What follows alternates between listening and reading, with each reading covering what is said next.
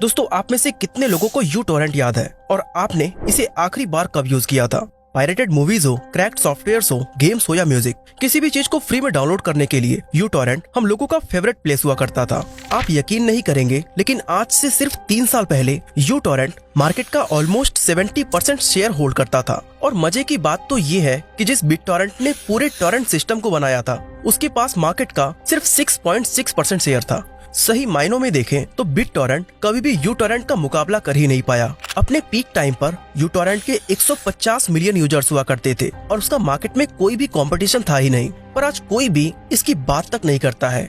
अगर आप Google trends का डेटा भी देखें तो पिछले 7 सालों में इससे लोगों का इंटरेस्ट काफी ज्यादा कम हो गया है और अपने पीक के कंपैरिजन में इस समय इसका सर्च इंटरेस्ट सिर्फ 3% रह गया है। हालांकि यू टॉरेंट इस डाउन ट्रेंड से बाहर निकलने की काफी कोशिश कर रहा है, जहां कुछ साल पहले इसने अपना वेब वर्जन भी लॉन्च किया था, जिसकी बदौलत ये 1 मिलियन डेली एक्टिव यूजर्स को हिट करने में कामयाब रहा था। लेकिन ये नंबर इसके पीक के सामने कुछ भी नहीं थी और ये ज्यादा समय तक टिक भी नहीं पाई। आज इसकी यूआई पूरी तरह एड से भर चुकी है और रेवेन्यू बढ़ाने के लिए ये अपना पेड वर्जन भी लॉन्च कर चुके हैं। लेकिन फिर भी इस सिचुएशन से निकलना जैसे यू टॉरेंट के लिए इम्पॉसिबल बन गया है। यही वजह है कि इस साल की शुरुआत में जब यू टॉरेंट कुछ दिनों के लिए टेम्परेरी डाउन हो गया था, तो लोगों को लगा कि इसकी कहानी अब खत्म हो चुकी है। हालांकि लोगों का ऐसा सोचना गलत था, लेकिन इस समय यू टॉरेंट की जो हालत है उसको देखकर हम कह सकते हैं कि लोगों का ये अनुमान किसी भी दिन सच हो सकता है। पर सवाल ये उठता है कि यू टॉरेंट को आखिर हुआ क्या है? कुछ साल पहले तक जिस टॉरेंट क्लाइंट पर करोड़ों डेली एक्टिव यूजर्स हुआ करते थे, लोग उसे एकदम से भूल कैसे गए? और क्या है टॉरेंट की दुनिया के किंग के राइज एंड फॉल की कहानी? आइए डिटेल में समझने की कोशिश करते हैं। दोस्तों, यू टॉरेंट की ये कहानी अर्ली 2000s के दौरान स्वेडिश प्रोग्रामर लुडविग स्टीजेस के मन में एक छोटा सा आइडिया आने से स्टार्ट होता है। लुडविग मार्क जकरबर्ग या जैक डॉर्से की तरह कोई जीनियस प्रोग्रामर नहीं थे और ना ही उन्हें खुद से ऐसी कोई उम्मीद थी कि वो अपनी लाइफ में कुछ बड़ा करना चाहते हैं।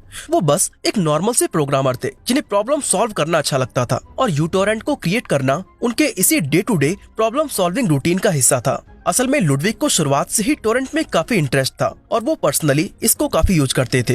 लेकिन एक चीज उन्हें बहुत ही ज्यादा परेशान करती थी, वो ये कि उस समय ज्यादातर टॉरेंट क्लाइंट्स अपने साथ ढेर सारे ब्लॉटवेयर लेकर आते थे और क्योंकि उस समय कंप्यूटर्स में स्पेस काफी लिमिटेड होता था, तो ऐसे में ब्लॉटवेयर उस कंप्यूटर को स्लो कर देते थे। तो इसी प्रॉब्लम को सॉल्व करने के लिए लुडविग ने अपने फ्री टाइम में एक ऐसे टॉरेंट क्लाइंट को बनाना शुरू किया जो कंप्यूटर का ज्यादा स्पेस ना ले और कम्प्लीटली ब्लॉटवेयर फ्री हो। अब क्योंकि लुडविग के लिए ये उनका साइड प्रोजेक्ट था, इसलिए वो इसमें ज्यादा समय नहीं दे पाते थे। इसी के चलते इसमें उनका इंटरेस्ट कम होने लगा और कुछ ही समय बाद उन्होंने इसे बनाने का आइडिया ड्रॉप कर दिया। पर तकरीबन 1 साल बाद सितंबर 2005 में इन्हें अपने इस प्रोजेक्ट की याद फिर से आई और इन्होंने इस पर दोबारा से काम करना शुरू कर दिया। इस बार लुडविग काफी जोश में थे, जिसके चलते उन्होंने इस प्रोग्राम को सिर्फ 3 दिनों में कंप्लीट करके 18 सितंबर 2005 के दिन लॉन्च कर दिया और इसका नाम रखा यू टॉरेंट। हालांकि अगर आप इसे करीब से देखें तो पता चलता है कि इसके नाम में टॉरेंट से पहले जो लेटर लिखा है वो एक्चुअल में यू नहीं है।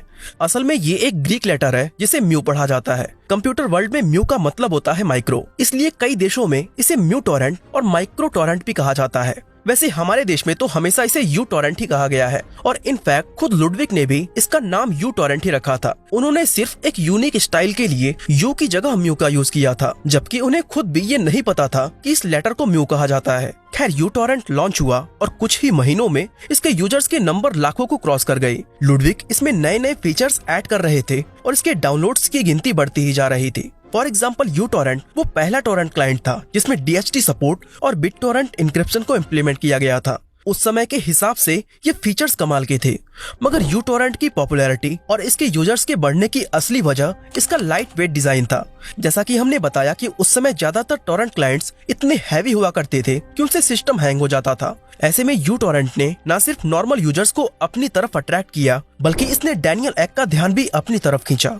जी हाँ, वही डैनियल एक जो आगे चलकर स्पॉटिफाई के फाउंडर बने। हालांकि उस समय डैनियल भी लुडविग की तरह एक आम से स्वेडिश प्रोग्रामर थे जिन्हें यू टॉरेंट काफी ज्यादा पसंद आया था। एक्चुअली डैनियल एक ऑलरेडी स्पॉटिफाई पर काम शुरू कर चुके थे, पर उनके सामने एक प्रॉब्लम थी। प्रॉब्लम ये थी कि म्यूजिक स्ट्रीम करने के लिए उनके पास सिर्फ सर्वर क्लाइंट मॉडल का ऑप्शन था, जिसे वो उस समय अफोर्ड नहीं कर सकते थे। एक्चुअली इस मॉडल में एक बड़े से सर्वर की रिक्वायरमेंट होती है और जितने ज्यादा यूजर्स बढ़ते जाते हैं, सर्वर को उतना ही ज्यादा बड़ा करना पड़ता है, जिससे इसकी कॉस्टिंग भी बढ़ती चली जाती है। ऐसे में जब उनकी नजर यूटोरेंट पर पड़ी तो टोरेंट की तरह स्पॉटिफाई में भी उन्हें पीयर टू पीयर मॉडल लाने का आइडिया आया। मतलब इसमें कोई एक सेंट्रलाइज्ड सर्वर नहीं होता, बल्कि जितने भी यूजर्स हैं वही सर्वर की तरह काम करेंगे, जिससे इनको एक बड़े से सर्वर की रिक्वायरमेंट नहीं थी। और इस काम में भला लुडविग के अलावा और कौन उनकी हेल्प कर सकता था। तो लुडविग से हेल्प लेने के लिए उन्होंने यूटोरेंट को ही खरीद लिया। हालांकि इस अमाउंट को कभी भी पब्लिकली डिस्क्लोज नहीं किया गया, पर ऐसा बताया जाता है कि ये डील $1 मिलियन के अंदर हुई थी। अब डैनियल को क्योंकि यूटोरेंट में कोई भी दिलचस्पी नहीं थी और स्पॉटिफाई के सीटीओ ने ये बात एडमिट भी की थी कि यूटोरेंट उन्होंने सिर्फ लुडविग को स्पॉटिफाई में लाने के लिए खरीदा था। तो जैसे ही लुडविग स्पॉटिफाई को ज्वाइन करने के लिए राजी हुए, डैनियल ने यूटोरेंट को भेज दिया और इस बार इसका नया खरीदार बना बिटटोरेंट।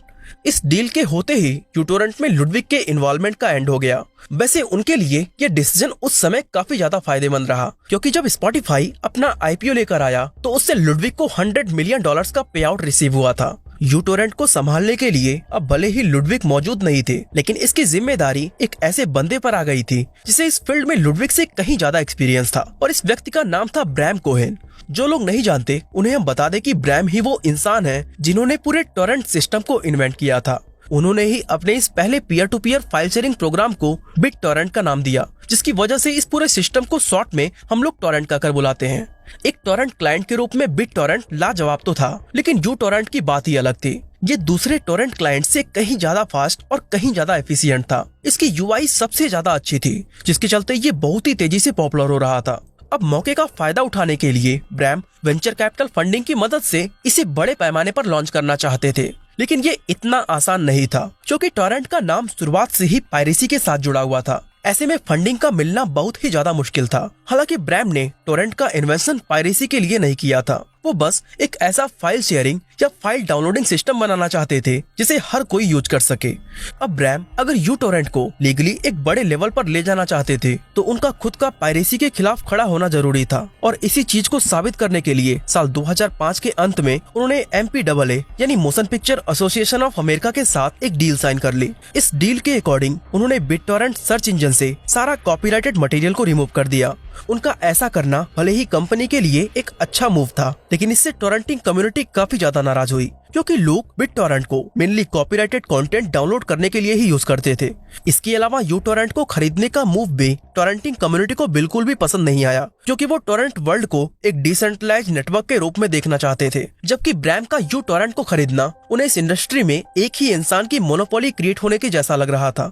लेकिन ये सभी चीजें सिर्फ कुछ गिने चुने लोगों के बीच तक ही सीमित थी। मेरे और आपके जैसे एक आम यूजर को कुछ पता ही नहीं होता था कि यूटोरेंट को कौन खरीद रहा है, कौन बेच रहा है, और ना ही हमें इससे कोई फर्क पड़ने वाला था।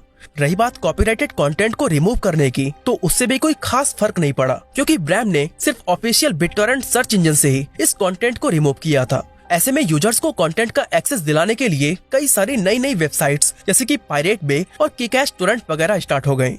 वो वक्त यूटोरेंट के लिए उसका गोल्डन पीरियड था, जहां साल 2008 तक आते आते इसके मंथली एक्टिव यूजर्स की गिनती 28 मिलियन यानी कि 2 करोड़ 80 लाख को क्रॉस कर चुकी थी। सब कुछ बहुत ही अच्छा चल रहा था, लेकिन इसमें बस एक प्रॉब्लम था, और वो था पैसा।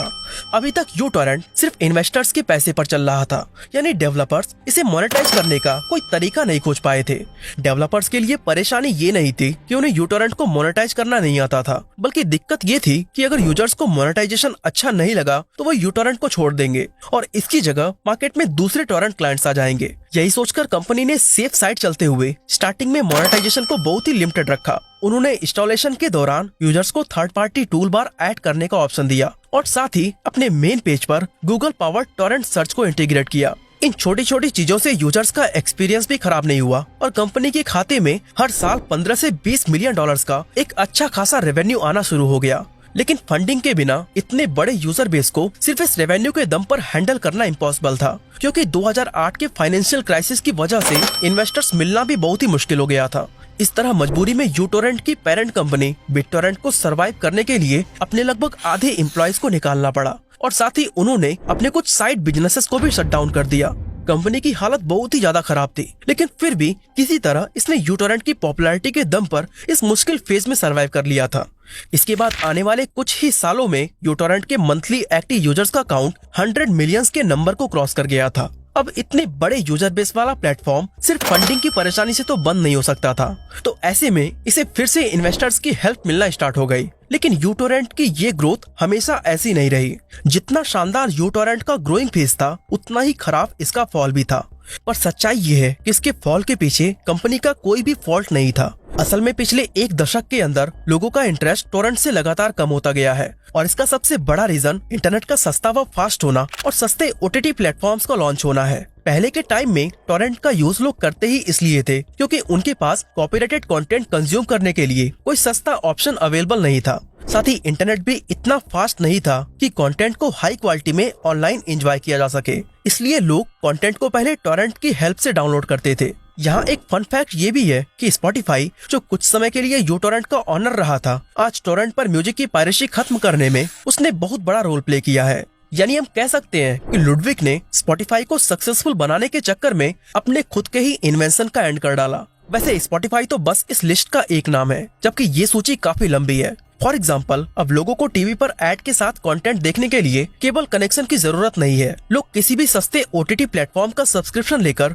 अपना फेवरेट शोज आसानी से एंजॉय कर सकते हैं। और क्योंकि ये ऑप्शन केबल कनेक्शन के प्राइस से काफी सस्ता है, इसलिए लोग टोरेंट पर दिमाग खर्च करने की जगह इन सर्विसेज को लेना ज्यादा बेहतर समझते हैं। सेम चीज गेमिंग इंडस्ट्री के साथ भी हुई है, जहां आज के जमाने के ज्यादातर मोस्ट पॉपुलर गेम्स जैसे पबजी, फोर्टनाइट और क्लैश ऑफ क्लैंस पूरी तरह फ्री हैं, क्योंकि गेम बनाने वाली कंपनीज अब इन ऐप गेम परचेजेस के थ्रू अपने रेवेन्यू को जनरेट करती हैं। जबकि पहले के टाइम में ऑलमोस्ट सभी गेम्स पेड होते थे, जिसके चलते लोग टोरेंट से उनके क्रैक्ड वर्जन को डाउनलोड किया करते थे। इसके अलावा जो गेम्स अभी भी पेड हैं और आप टोरेंट से उनके क्रैक्ड वर्जन को डाउनलोड करते हैं, तो उनमें दिक्कत ये आती है कि वो ऑनलाइन चल ही नहीं पाते। जबकि आज के टाइम में ऑलमोस्ट सभी गेम्स ऑनलाइन हो चुके हैं। ऐसे में टोरेंट पर पायरेटेड गेम्स ढूंढने का कोई मतलब रह ही नहीं जाता। ठीक इसी तरह सॉफ्टवेयर्स के फील्ड में आज ज्यादातर कंपनीज अपने सॉफ्टवेयर्स को फ्री कर चुकी हैं, क्योंकि सॉफ्टवेयर्स को बेचने की जगह उन्होंने इसको मोनेटाइज करने के नए नए तरीकों को खोज लिया है। यानी टोरेंट से सॉफ्टवेयर डाउनलोड करना भी आज के जमाने में कोई सेंस नहीं बनाता। यही रीजन है कि पिछले कुछ सालों में कई बड़ी बड़ी और पॉपुलर टोरेंट वेबसाइट्स डाउन हो चुकी हैं, जिसमें मेगा अपलोड और पायरेट बे का नाम शामिल है। हालांकि इन वेबसाइट्स के क्लोन आपको आज भी इंटरनेट पर मिल जाएंगे, लेकिन इनमें अब वो पहले जैसी बात नहीं रही। लोगों ने अब इंटरनेट पर फ्री और पायरेटेड कंटेंट को खोजना बहुत ही ज्यादा कम कर दिया है। और जाहिर सी बात है कि जब पूरी पायरेटेड मार्केट ही डाउन जा रही है, तो ऐसे में यूटोरेंट इससे कैसे बच सकता है। इस सिचुएशन से निकलने के लिए यूटोरेंट ने काफी हाथ पैर मारे। 2012 के दौरान सबसे पहले इन्होंने अपना रेवेन्यू बढ़ाने के लिए अपने यूआई में एड्स डाले और उसके बाद ये अपना प्रो वर्जन लेकर आते हैं, जिसकी कॉस्ट $20 पर ईयर रखी गई थी। ऐसा करने से यूटोरेंट के फ्री वर्जन की वैल्यू काफी नीचे गिर गई, लेकिन ऐसा करना कंपनी की मजबूरी थी, क्योंकि यूटोरेंट को हमेशा फ्री में नहीं चलाया जा सकता था। इन सब चीजों को तो फिर भी टोरेंट कम्युनिटी और यूजर्स ने बर्दाश्त कर लिया, लेकिन 2015 में यूटोरेंट ने कुछ ऐसा कर दिया जिसकी वजह से बहुत सारे लोगों ने इससे हमेशा के लिए दूरी बना ली। दरअसल हुआ ये कि यूटोरेंट ने बिना यूजर्स को बताए उनके कंप्यूटर में एक क्रिप्टोकरेंसी माइनर को इंस्टॉल करना शुरू कर दिया, ताकि लाइटकॉइन की माइनिंग से वो अपने रेवेन्यू को जनरेट कर सके। रेवेन्यू जनरेट करने का ये तरीका लोगों को बिल्कुल भी पसंद नहीं आया, क्योंकि ये एक चोरी करने के जैसा था और यहीं से लोग इससे दूर होना शुरू हो गए। ये यूजर्स धीरे धीरे करके कुछ दूसरे नए टोरेंट क्लाइंट्स जैसे कि क्यूबिट टोरेंट और डेलूज वगैरह पर शिफ्ट हो गए और यूटोरेंट इस डाउनफॉल से कभी भी उबर नहीं पाया। यूटोरेंट ने अपने फाइनेंशियल्स को पब्लिक नहीं किया हुआ है, इसलिए कोई नहीं जानता कि अभी ये कितने लॉस या कितने प्रॉफिट में है। हालांकि इसके अभी के एक्टिव यूजर्स को इसके पीक टाइम के यूजर्स से कंपेयर करें तो यूटोरेंट के लिए अब वापसी करना लगभग नामुमकिन है। रेवेन्यू कम होने के चलते पिछले कई सालों से बिटटोरेंट अपने एक सर्विसेज को बंद करता जा रहा है और अगर ये ट्रेंड इसी तरह चलता रहा तो वो दिन अब दूर नहीं जब ये कंपनी यूटोरेंट को भी हमेशा के लिए शट डाउन कर देगी। वैसे दोस्तों, आप में से कितने लोग अभी भी यूटोरेंट का यूज करते हैं, हमें कमेंट करके जरूर बताएं।